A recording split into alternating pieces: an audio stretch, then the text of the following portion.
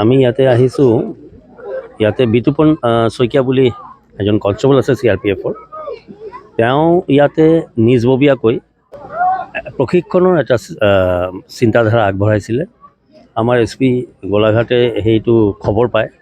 তাৰপিছত তেওঁৰ লগত চা চিনাকি হ'ল, বস্তুটো জানিলে। তেওঁ ফ্ৰী অফ কষ্ট ইয়াৰে গাঁৱৰে ল'ৰা ছোৱালীবিলাকক প্ৰশিক্ষণ দি পেলাই নিজকে ফিট কৰাব বিচাৰি আছে, যাতে সিহঁতে যিবিলাক আমাৰ আগন্তুক CRPF, আৰ্মি, নেভি, পুলিচৰ যিবিলাক পৰীক্ষা হ'ব চাকৰিৰ কাৰণে, সেই পৰীক্ষাবিলাকৰ কাৰণে যাতে তেখেতসকলে নিজকে তেনেকুৱা এটা পজিশ্যনত লৈ আনিব পাৰে, এটা ফিট পজিশ্যনত লৈ আনিব পাৰে, যাতে তেখেতসকলৰ চান্স চাকৰি পোৱাত এইটো আৰু বাঢ়ি যায়।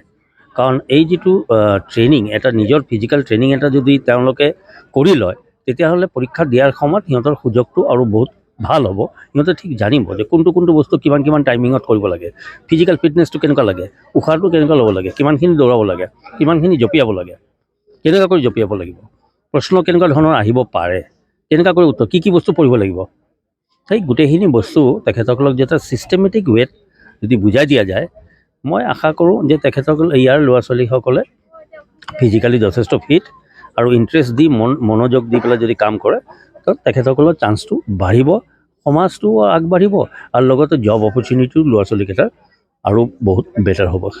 এতিয়াতো তেখেতসকলে কিমান দিনত দিব এতিয়ালৈকে ডিচাইড হোৱা নাই, তো মিনিমাম 1 মান্থটো হ'ব লাগে। 1 মান্থ ট্ৰেইনিং হ'লে গোটেইকেইটা ফেক্টৰ্ছ তেতিয়া তেখেতসকলে মানে কৰিব পাৰিব। কাৰণে অকল দৌৰাটো নহয়তো, জাম্প আছে, তাৰপিছত ফিজিকেল ফিটনেছটো কৰাই ল'ব লাগিব। আজি দৌৰোঁ বুলি ক'লেওতো দৌৰিব নোৱাৰিব।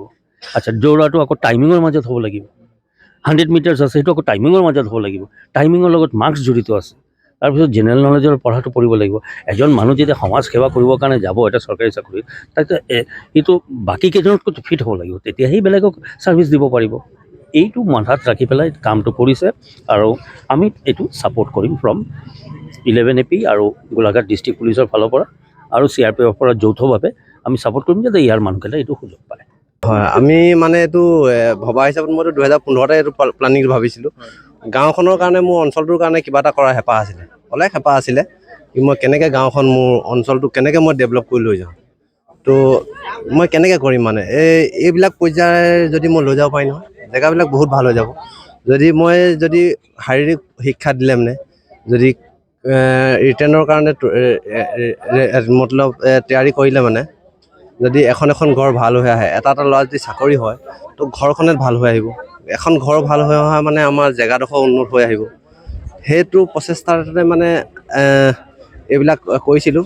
যেতিয়া মই ছুটি আহোঁতে মানে প্ৰশিক্ষণ দিওঁহি ল'ৰা ছোৱালীখিনি গোটেইখিনিকে মাতি আনি প্ৰশিক্ষণ দিওঁ। আৰু মোৰ লগত আৰু এজন আছে, তেওঁ CRPFৰ 130 বেটেলিয়নত আছে, ভূপেন বৰুৱা তেওঁৰ নামটো, মোৰ খুব ভাল বন্ধু।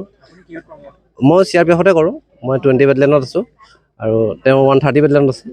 খুব মানে মোৰ ভাল বন্ধু। তেওঁ যেতিয়া মই কথাটো জনালোঁ, ফোন কৰিলোঁ, তেওঁ মানে আগ্ৰহী। আজি মানে প্ৰায় ডেৰ মাহৰ আগত আমাৰ গোলাঘাটৰ SP sir Rajen Singh sir আমাৰ হলগুৰিলৈ আহিছিলে। ইয়াত হলগুৰিত এখন দোকানত মানে আমাৰ পোষ্টাৰ এখন পালে। পোষ্টাৰখন পোৱাৰ লগে লগে মোলৈ ফোন কৰিলে। ফোন কৰাৰ পিছত মানে দেখিলেতো পোষ্টাৰখন মানে বিনামূলীয়াকৈ যিকোনো অসম আৰক্ষীত, অৰ্ধসামৰিক বল বা ভাৰতীয় সেনাবাহিনীত ভৰ্তিৰ কাৰণে বিনামূলীয়া প্ৰশিক্ষণ দি আছে। তেওঁ মানে মোৰ বিষয়ে তেওঁ জানিবলৈ ইচ্ছা গ'ল, তেওঁ মোক ফোন কৰিলে। তো ফোন কৰাৰ পিছত মোক মানে ক'লে কি আপোনাক লগ কৰিবলৈ বিচাৰিছোঁ। তো আহিলে, মইতো ডিউটিত আছিলোঁ সেই সময়ত বাৰু। তাৰপৰা মোৰ দেউতাকে লগ কৰি গুচি গ'ল। তাৰপিছতো মোক এদিন তালৈ মাতিলে, গোলাঘাটলৈ গ'লোঁ।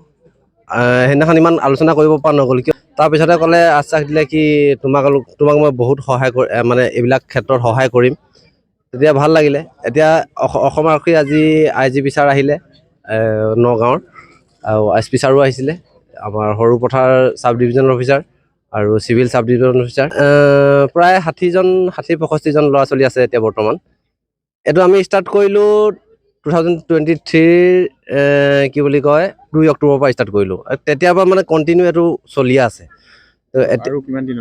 এইটো কণ্টিনিউ চলিয়ে থাকিব, এইটো চিয়'ৰ্ছ থাকিব। মানে মই যেতিয়ালৈকে মই ঠিকে থাকিম, বা মোৰ সতীৰ্থ যিজন ভূপেন বৰুৱা, তেওঁ মোৰ যিটো থিংকিং নহয়, তেওঁৰ থিংকিঙৰ লগত ছেম থিংকিং। আমাৰ দুজনৰ প্ৰচেষ্টাত এইটো আগবাঢ়ি আহিছে। হয়তো মানে যেতিয়ালৈকে আমি আছোঁ তেতিয়ালৈকে এইটো অনুষ্ঠানত থাকিব। আমাৰ সপোনে হ'ল কি আমাৰ চুঙাজান অঞ্চলটো আৰু বৃহত্তৰ অসমখনক এটা সুন্দৰ পৰিৱেশ দিয়াৰ।